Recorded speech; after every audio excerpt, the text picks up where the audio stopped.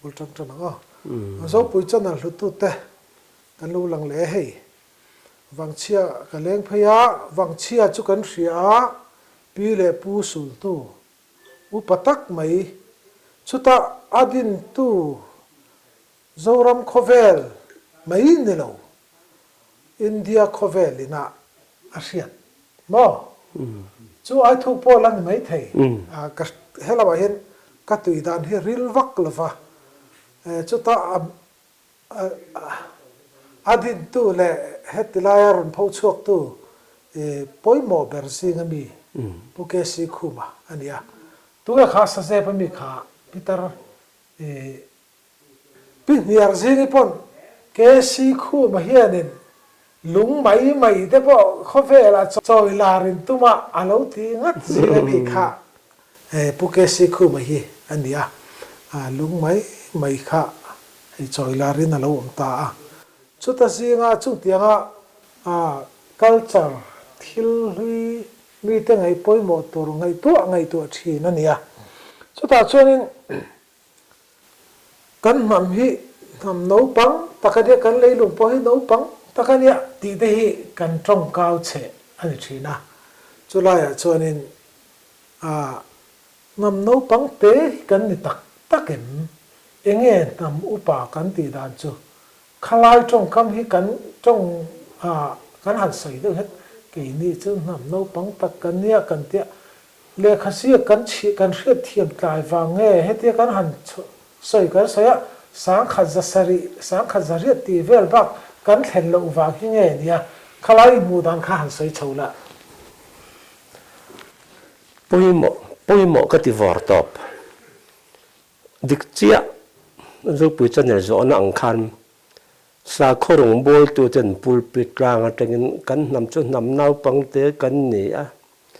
kan ram chu ram nau pang te ni a ti emo hi an mang ka refo politician than khaten political platform atengin state in prominent men kan ngai te pon chu tiang bok chon an platform thu atengin nam nau pang te kan ni a ram nau pang te kan en ti ka refo ani nam nau pang le ram nau pang ti fu khoi ting ngan tiang ti ka ve em ni ka ve thot ani ram nau pang te kan ni an ti phe chu thil danga chan te chiam po ka tum lo wa ram chu lal pa siam ani a khovela siam khan ram siam ani ngal zela khovel pum pui a siam khan mizoram hi asiam ve lo a ko huo bik lawang chuan chun khovel dang nen hen aram dang nen an rual tura ngai la angai that thak maya anam zong nam nau pang te kan ni an ti fo hi abik takin chuidon ta elan an te naman ro hi enge civilization changkan dan atang hian mi an te ang ti in zuk zir chiang ila civilization nam upale nam nau pang te na man riking ani lo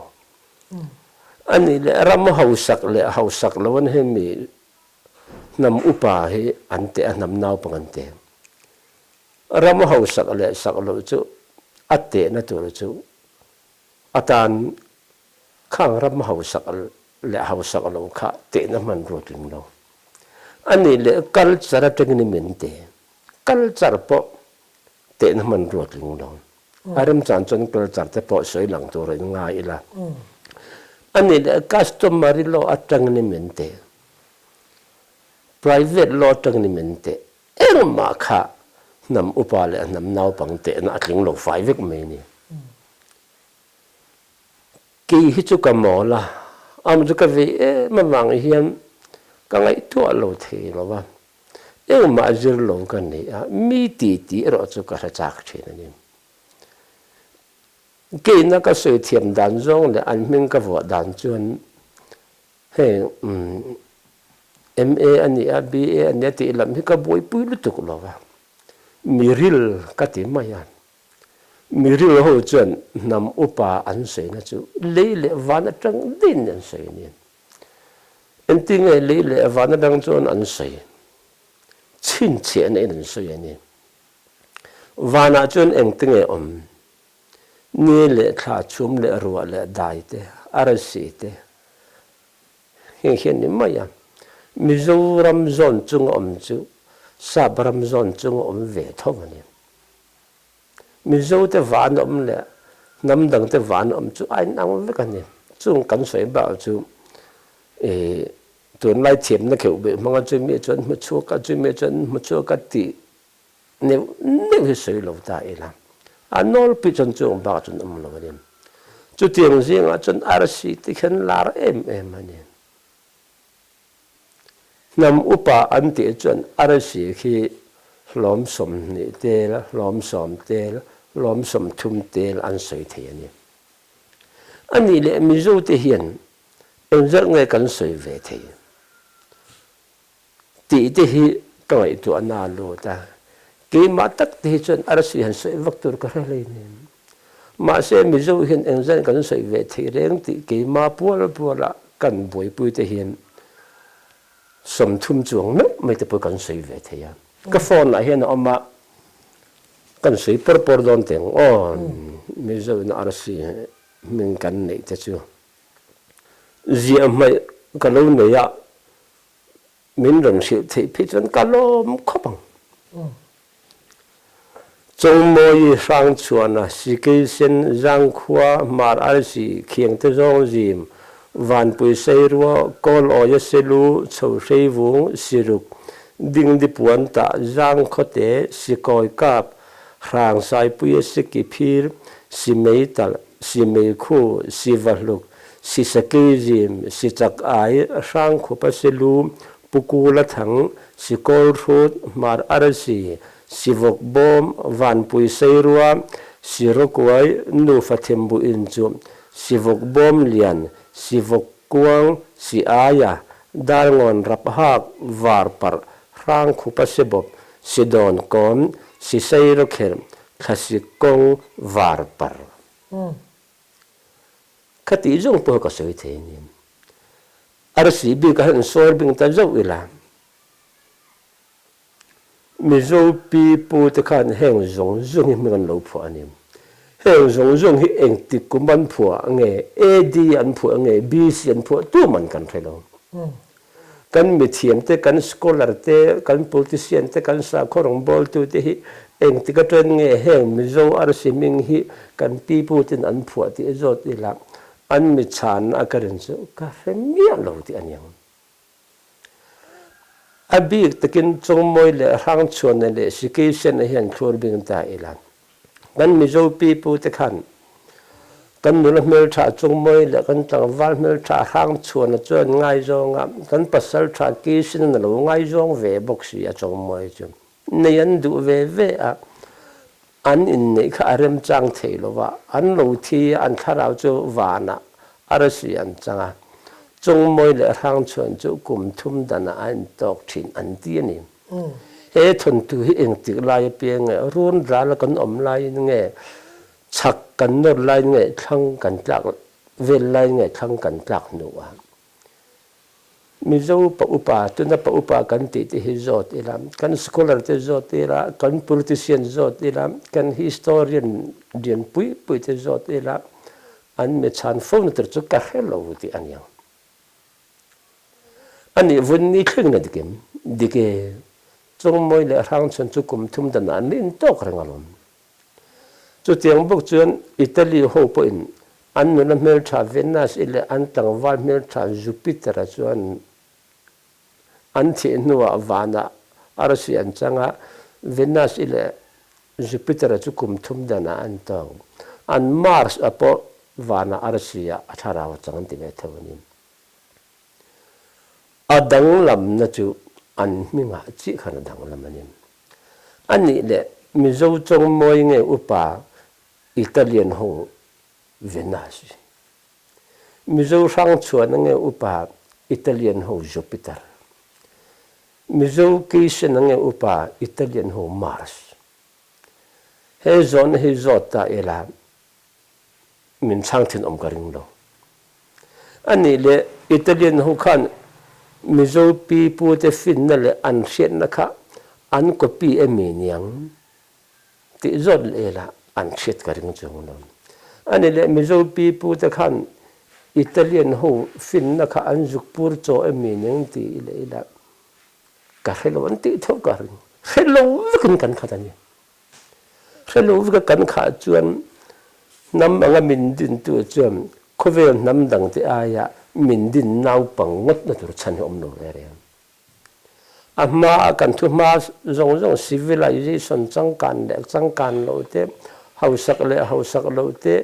rethei le nom te fin le mol te culture te customary lo te tradition te zong him nam upa se na tla ka ting lo manin te na tla ka ting lo manin apakhat le leilama pechon mizo ti hian chin chen kan nga kho chuta mizo ti chin chen pe chu mol te a b c r o b kan chien mia lo la tan lo nei to ani heng pecho tam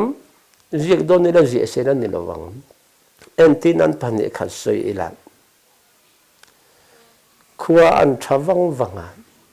per pong in vung an chua ta chen ro sur an nai ni hi an lo ti ani von khing hi an la dik chu tiang chuan vung nei ho chuan khuwa that wanga vung an chua sa la chuan fang mir chen hin la dik rang mai ni ro sur an nai ni hi an ti a van la ba khan chin chen pat kan sei lo ngam khatin kha de a mi zo upa ti khan khade a le bar he jam ro ti tam don an ti von khing hin la dikalom chu tiang chon le vana khan chin che na khan chin chen khan no nga ta ni le lam kan chin che ne sui se na ni lo wang khuwa an thawang wanga la an ram that that jin ro anai ro asur chor an cheng de tluk wasla aron ham that chen nisat anai von khen na dik van khatin kha tap ni nim che sang hei velen lo kan ti po he tlaya an kun hi hu chem fe ho na hun an dia dik rang mai velen lo kan eng sana man en le ne ni khata tolot voi thuma rama lamla kan lo kha ahla emo anai ma dai nai te po nei la la tak po nei la kan chin che pe chon tolot avoi thum ram nei chon anai pon hlat pon hon hi hun nge ni chu tiang te chon nga lu tu chu tiang nei nam chu kan ni nei lama chin che na pe chon nam dang ai hian kan nei tlem bi kar miao la chu tiang philosophy chu tiang philosophical pa hian kan pi pu te han lo pe to chuman chon kan nam nau pang te kan ni ati hi ti mia lo to mi nam an kan upa ka ti lo kan nau pang po ka ti lo kan hrit lo chu sei lo hi him jok ka nam upa la nam nau pang chon a fi mai yan ta khan min zo du tin ni khang han ngai tu ve ula zo pui chen lo khir tu te po khan min ngai tu pui ro mi thiam kan ni lo ngai tu ro chu ni ti khana fi em yam a phía ấy hi mà helaya kan lung ziak mo kon swa lung ziak ta po hi aro pui lu to ka heng tiang hi kan pi pu ten an ziak phak lo wang ti ngai dan ta po hi lo piang ta khalaya khan kha thil ne khan alai enjoy wang khan khalai te kha history son pe thei om ni adikran sai deuh pona sai theya tle ma toi deuh lek pona sai thei do na lo thu ma khan ka lo nei ta lova poi ka ti mango ka ti mizo hian ti hi pathum kan nei ani pakhat na chu history ani lungphun ni sei don don history so yanga ya history chon atum chu adika zong ani pane na chu tuel te wang lai ani tuel te wang lai chon atum chu angai no mani tuel te wang lai chu asoi tu ngai nom taka asoi tai ma taka asoya angai thatun ngai no mati bok chuan lung lo om lo leng vek tuol te vang lai chuan tu ti te chuan wang lai ti chuan leng vek tu te wang lai chuan alu hi among om de po ti se leng vek pathian ro re la kala ni ti om ve lo pan ni na chu pakhat na historia ni a pan na tu te wang lai ni pathum na chu zu khon chang lo ti ti ni zu khon om je kan thri a pulian chu kan khola la ni a kho tlang wala chuan vor da kha choi moi na no pui zu khon kha pe kan tuma don ka lo in ringa nang pon in ringa kan dong ta si lo wa ani khan lo dong ta si kan lo ti ti ve du the na ni chuan lam za zel ter kan lo na ngai chu tiang a an han ti ti chuan thu tak ni anga lang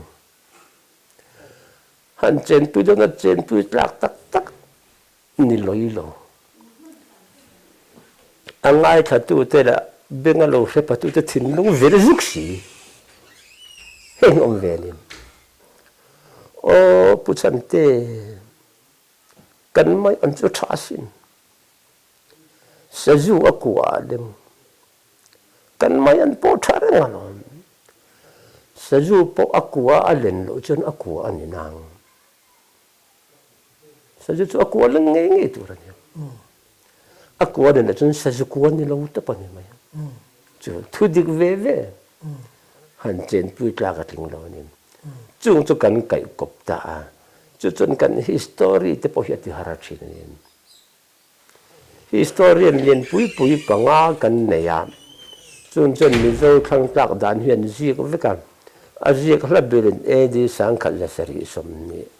aji nai berin sang khal la sari som ngan kan han pui tling ve a kha kha mi zo khang tak ani lo kan jing to lu tu chung chun kan lung phun te sei tu so chuan anh ngồi phê chờ ngài cho nên là hắn in ram chang à hay cái gì phải lẽ hôn à cái là rồi sắp chốc tu ra ngay tay là chang ấy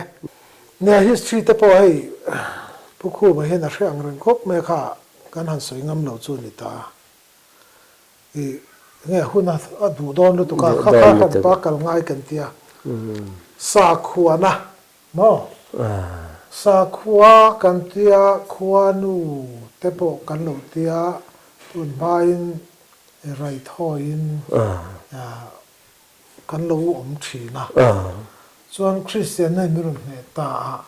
sa khua na kan lo pom dan le mi zo sa khua lo din chau dan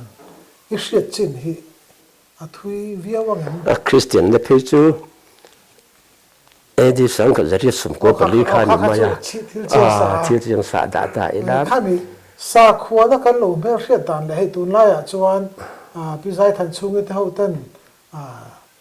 he ta israel tha kal sen kan ni wangin an te frame ho pon chu te ka te tia khalai chho vel kara khan eng tin nge nangin helai bi zo sa khua lo pen dan hi eng chen nge i lo hriat dan kha ni han thil vela mi zo sa khwa sim sim sei ma zu kin christian na kin sei zo ka christian chu e de sang khal zari sum ko per train kan lo nei chan ta kan na ma chen mo na ma run lu ta in chuan christian na kan nei ma ho wen mi zo pi pu kan po la kan nei dai to christian na ai po la hi mi zo ming pa ngai ni ho lo po la hi kan nei na re tu da thale ta ila ni danga mi zo sa kho lo pian dan sim sim chu khan chen an soi pi zai to ho te mo le mi dang dang he ta middle east atang ron tan ho kha tu atang chui ho mi zo wen khang aru ka dibet na lan ni reng hi kan sei ri lo wa mi zo sa kho bi ka khan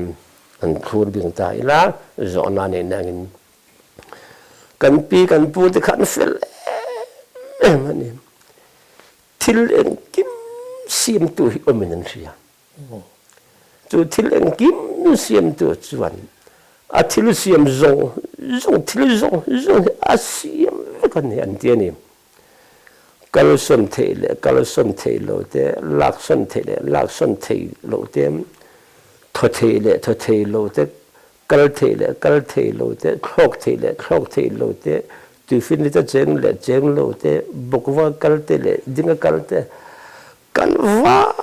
hin le lo mi zong hi siam tu omen rengan chu siam tu chu mi pa an lam chuan khuwa pa mi chia an lam chuan khuwa nom mi hring chu nu in min om masak ber wangin nu ber pa ber kan ta nim zo cherm chuan chuan khuwa nu hi alar ma sa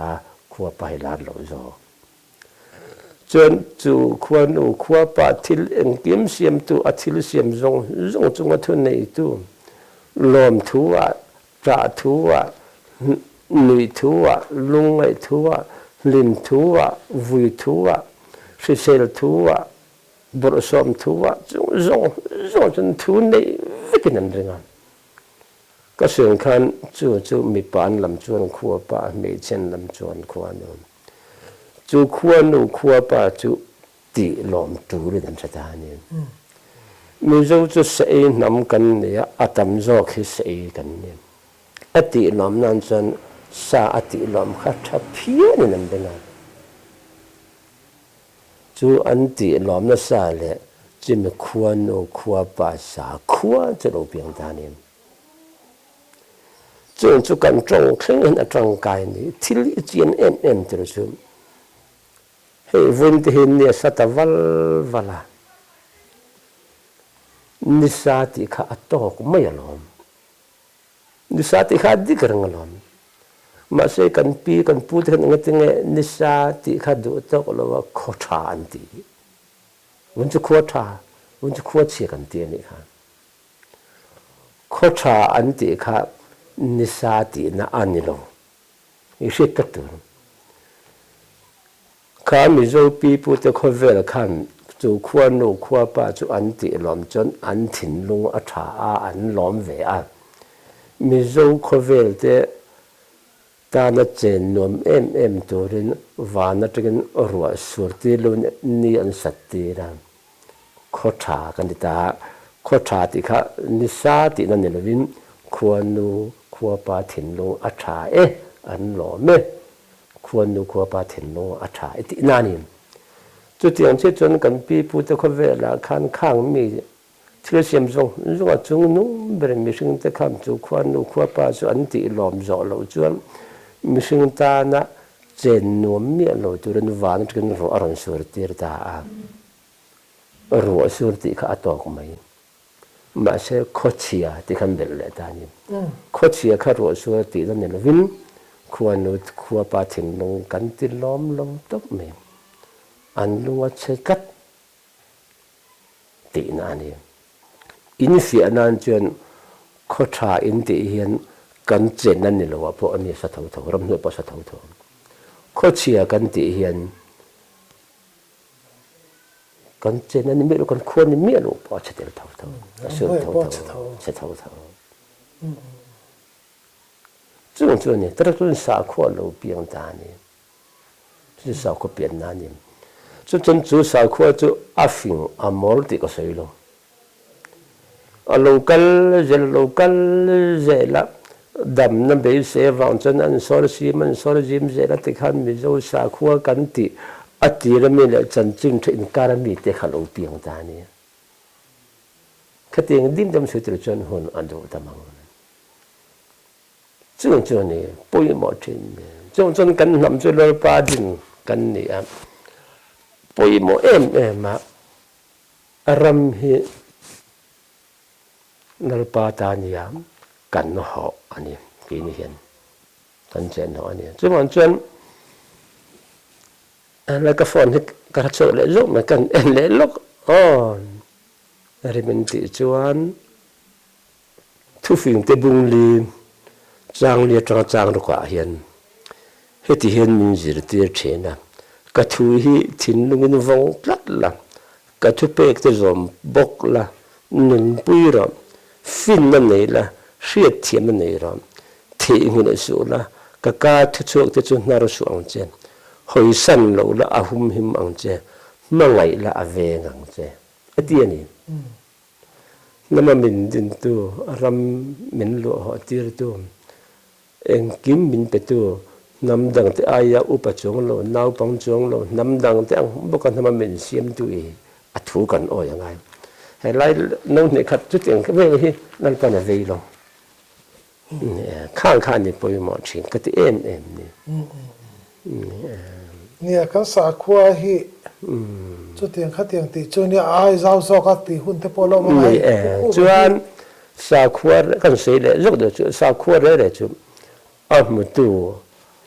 a chang kan a sa khua chang kang buddha sa khua chu Gautama na mu chua kam sik sa khua chu guru nanaka na mu chua kam zen sa chu Mahavira na mu chua kam zen sa khua kha Buddha sa khua a phung amol ti lam ko sei lo atlang pui ra chon sa khua chu a ma chuak tu a fin le sa khua fing takania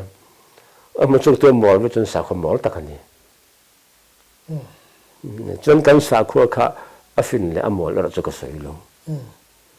so vai kan sa khua hi a pian chin po kan thela ba kan kan no pang bi viau lo nai pang chuang lo kan na pan ngo dan khom lo ani le dang a ka yang o hey pu khu ma hi culture chung chang te tu ya chuan hei history te po kha kan han soi tak tak don chun tak thui deuh soi tur om atia chung tiang chuanin a ril ru hi lu nguta chung tiang te wang chung kom hi ka cha ka ma se ke ma zok hi ka ril lo lu to ka ka kom chuak zo don zok khian ka helawa kan ti thina kan han thu le dewa chung tiang chuanin kan toy ya culture kan ti hi han soi chou le la culture hi ke chu le ka chu sang kan ni lo wa ka soi fi thiam lo wa amar chu kan man ar chu an ang put wa kanin kan tha thiam tur anga yam kan tha thiam wa kanin ma se dang ma na I se thiam dan le mi ten han introduce dan tur kha chu te na bin phu ta ni chuan culture chu nationalin aruala zethumun kan in trom deu thup mana tanga voin khenga ladam te thito te boto te lo piang thar te hiani culture ki chung ka ti chuni chung jing kan culture jing a chun apoi mo ber te jing mo chong hiani chong hi apoi mo ma in oi mo oi lo ma pathian hi ro pui kha pa pathian hin sui tur chuan min pian te ra chong tur ra chuan min pian te lo wani chong tur piang kan ne lo sui tur piang kan ne kan chong lo wa kan sui don chuan en tinge kan soyam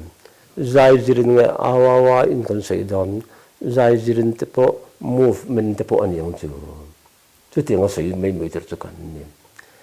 ma se kan ka chara chon chong poi mo ber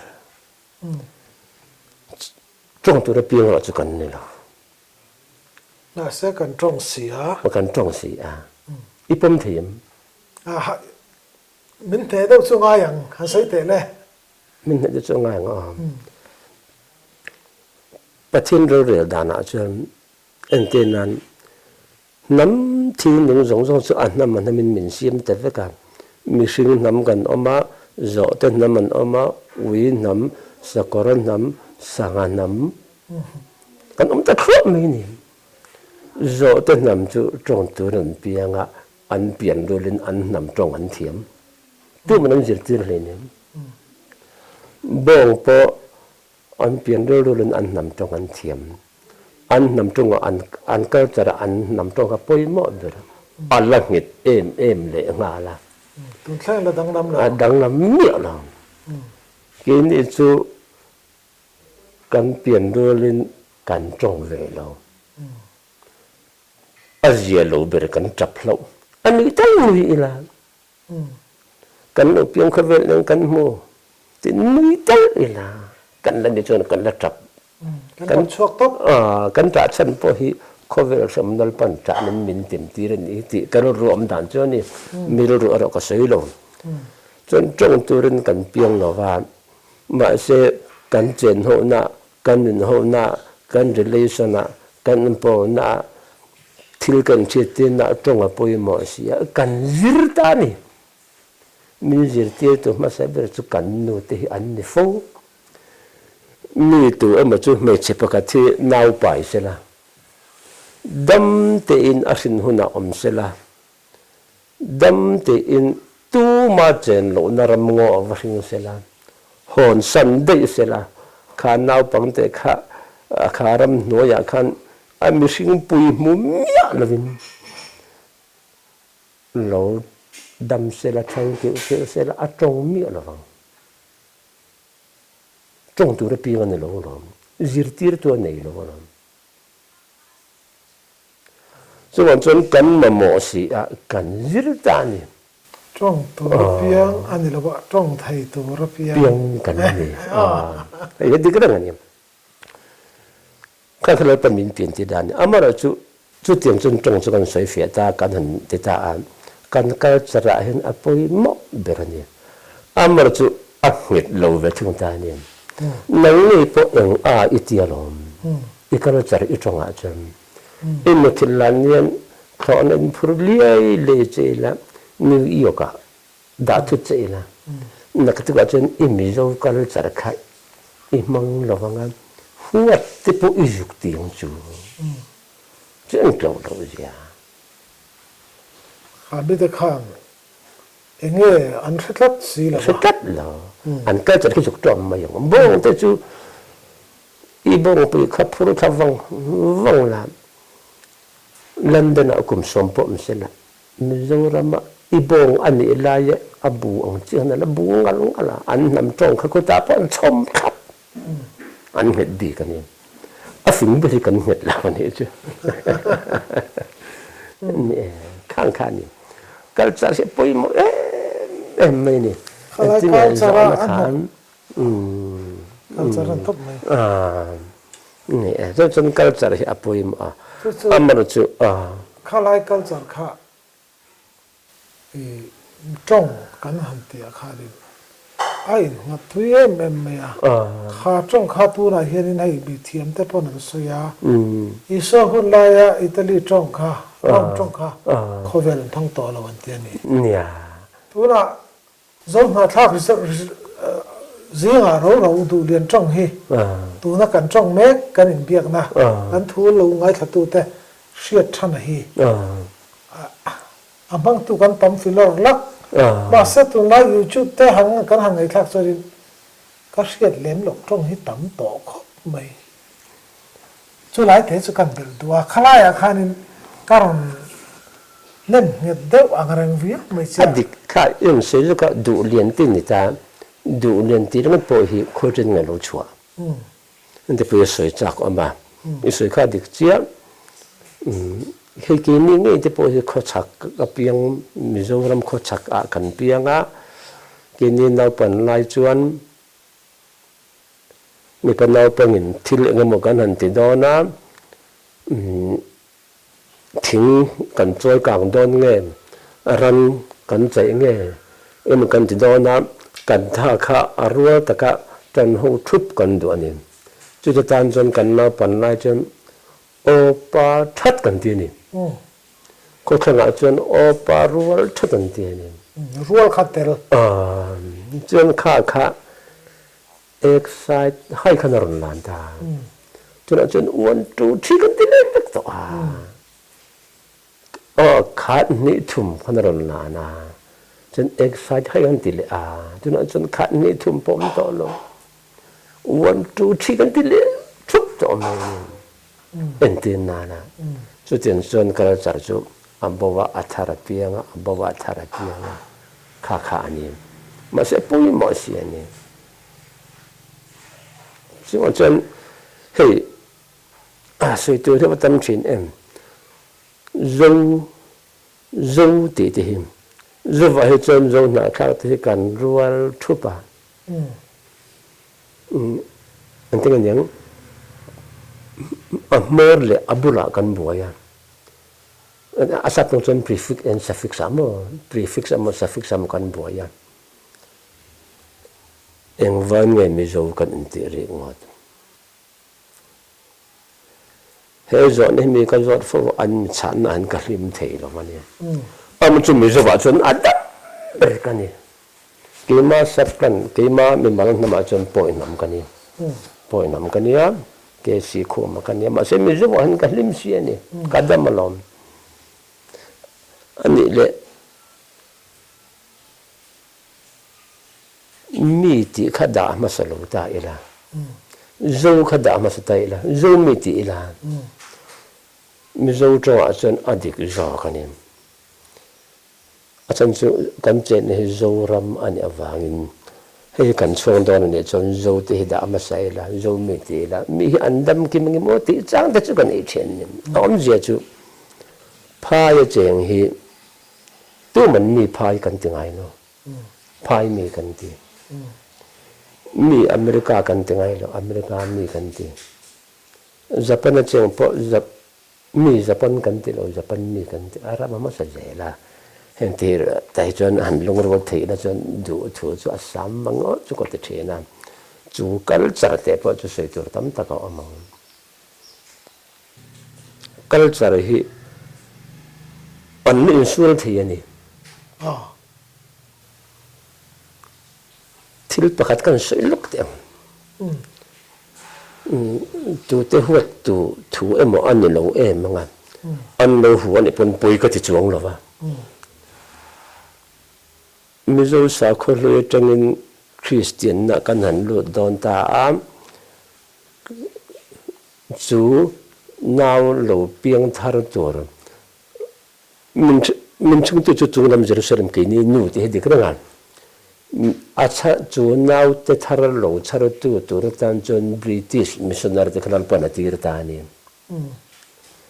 chon British su culture nei ni kini po culture nei kan ni culture nei ve kan ni chon an culture mang khan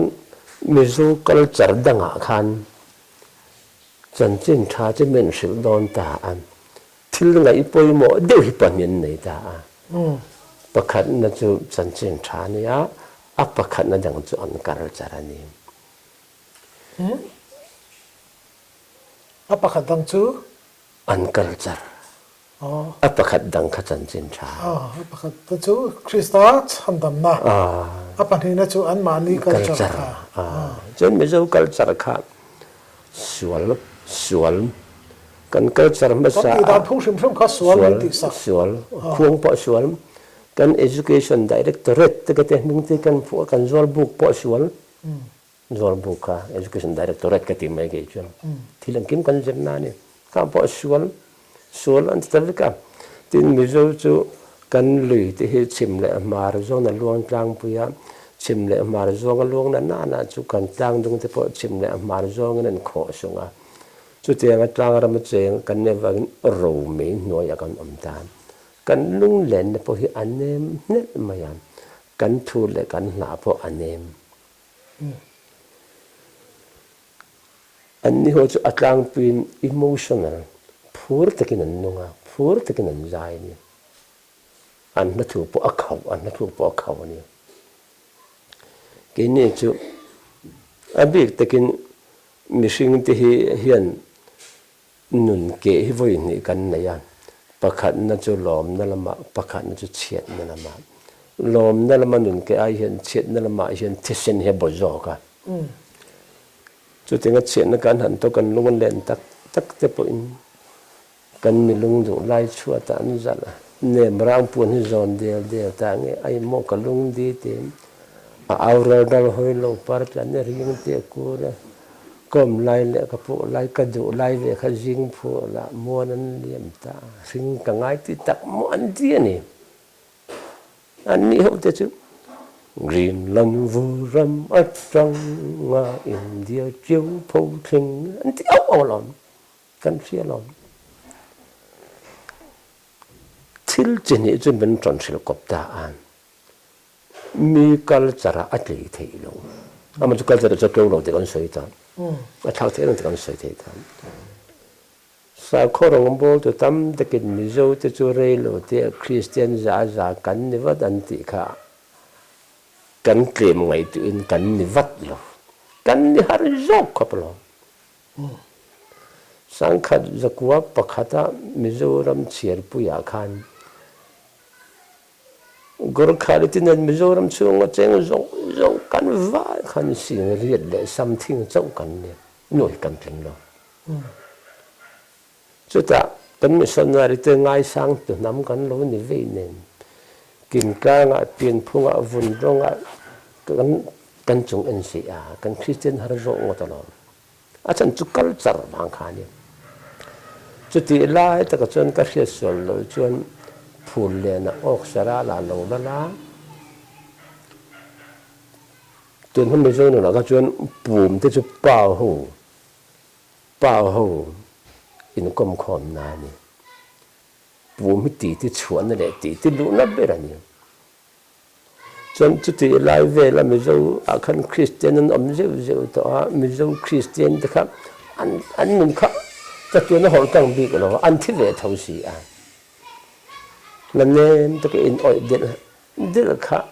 missionary khan suran ti si a khuang ne han ti kha suran ti bok si a zu ne han ti nun kha suran ti bok si a hin tok boxia nia chuan mizo Christian ten nun ta kha alai ru me sin entianiam iswa vana a omma khovela juklo kala Christian la tim te an thiam khan mithi an in men kai var theilo chuan khalai khan culture khan suwa ta ni chu ti lai ta ka chuan phul len pu ma tangin phul len chu poisa te lo lu ve an ti rol te an lo ti tua ya an bon ban te lo mo ya an lo mel tha ve an nuwa man ti ve ni an lan nu lal kai ching hi an se dan chuan a ke no hi mula kholai le ngai lo van ti ni chung vel nuwa man ti chuan pu ma tang chuan zayan pa chua ka u thang phung thang kang lo jin ro pu ma kan khat le tir ban vai moi leng don pu ma kan ti khur tha lo ni pu ma sir te ai non pari bol ka lo moi pu ma nal kai chingin lai tu leng lo pu ma tang ka ro thang tu leng zo ke an ti ni kha chú pu ma zai chuan mar lam mi zo te kha clip pui ang min an nuai a hei bu ban lal tunga ming kha kan thei mai chu len nal me tha tak khang ho ti pe chun shi den ai lam chuan mar lam ni me lovin zoram ram la ya chim lama mi zoram khan nuai tak me mizo Christian om chun te kha mi wang khan mizo je lo yan le phur mai ni chu tianga English culture Western culture le mizo culture an sul noi lai chuan pathian chatuan rem ruat tu ma ti ngin the lo kha kan rama alo kata alo lang ta patte an aram puan sok ta khobu matangin Western le pu ma jai in kara khan karo pu na tur le ka hin na tur nung ngai le aral prit om no na chu khale ra tang hian ka mo rin chu mun chon min tuam ve la ni ka thlir ni tinang ka than ma lo chon am ma in eng le lom am chu mi ten chu mun chu hluin ring ma se ka se ning thei lo tharin na lang ran ti hla alo pian ta ni chu tiang chuan min dengan an ron te chon te chowa chu mong chuan mi zo Christian te chu an oi ta a lumin nan te lo the mai ni chu mi zo culture mil de me la lo pen kan Christian te zoi me te Christian za kan lo ni sang khat ko sam thum pali ami nga thum wa a se lo ame chú ta phía chun kêu càng ở hàng na ta luôn chú kêu càng hàng na chuan mi dâu zia kharon chok chawa làm aron chok chawa western culture kha apai dot dik lo pen thum la rock and roll system kharon kil bok ta ni kan ko san foi tu te la khan fake phone si kham mi kha an thiam fam kin vek vek lo ani do na lo theng ta an do ta a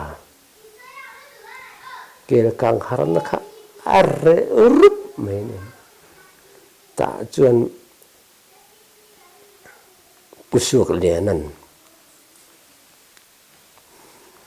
o chandam tu sul le boina kar an thara vin min thua yang cha ikan ating o chandam tu sul le boina kar thara min thua yang cha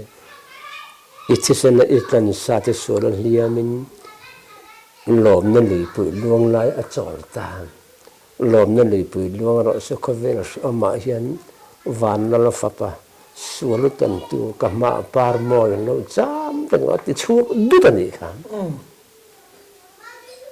missouri rem do men khang te khan culture poi mo je le lal pan culture ri min orden min pom sa anti min pom sa rang line an net lo ti la su ril ru in riat te kat kan ti dan phung alo dang lama dang lama athara kan om ta sirin kan trong po asira chu chu kei po hian ka ti thina kan trong hi na mani ka ti thina ni tu na lal ram mo ya ania aga kan pi le pu te chon lal ram moi ani mai ani an ti ta ni mo chu chu kan sei tu le chan chu kan thèn om pan nang ni wal ngau ho chu ati thina kan u hi wal ngau ania ka pa hi po ye ni po trong kan thiam si da wa ma se kan thra thi trong po kan trong thei ve no kat lang wal no no chung tiang ve chu kan hriat thin chu kan trong hlei thei lawa chu tak chu kan thèn om pai na min lo pu na kha tu nei ron sai panga khan dik zuk ti riau na kan ta ni khan china pok so lan zok kha thum pa na thunu prefix da suffix ka te khan tam tak chuan lang zalian antimaya atopa enom de ya zo na khak thawani hela chuan trial dum antile maya atopa emom de ya zo na khak thawani hela ya trial len tang le vai reng te le tong kolong in kar ve la mi hen ato pa a kan da tang pu ya zo na thak thau kan ni kan vai zo sak kan ni ne ta kha lai te kha che wangin tu na hian poi pa kan ya ka poi ni na hi ka za pui lo pa se kan va soi soi lo ni chuanin poi trong kha a om han pa chu chu za hau trong om ba lai trong om iti me yang khan ha ya khan vas to her kha tul kan ti chong lo ba va thiam la chu nuam kan tiang a poi lo wa an bula om po kha an nuam tan common lang khwe si thiam me la khala ya kam pen pu kan sap lang ti la sap chap te po ti la khamen nam te peng trong ke man nam te peng trong kan lo ne chuan thiam poi lo wa ke po khol sim kan ne khol sim chu trong sang nei kan ne pakhat ma ka thu chong lo wa chu wang chuan kan cha kan ni hianin soi zo se na ni chong lo wa culture hi hetilaya kan han soi atang hianin pukhu ma hi kom tur ani kan tia ase kan han te dek da ka thu ka sam se la poi te chung kan ke ti chu tla khian ka chu le lova ka in za puya ei paro pui tak mai ania history culture lampanga mitui tak inom chuan wangchia pa wangcha khua hian a oma inu han kom ve don nia le kan lo me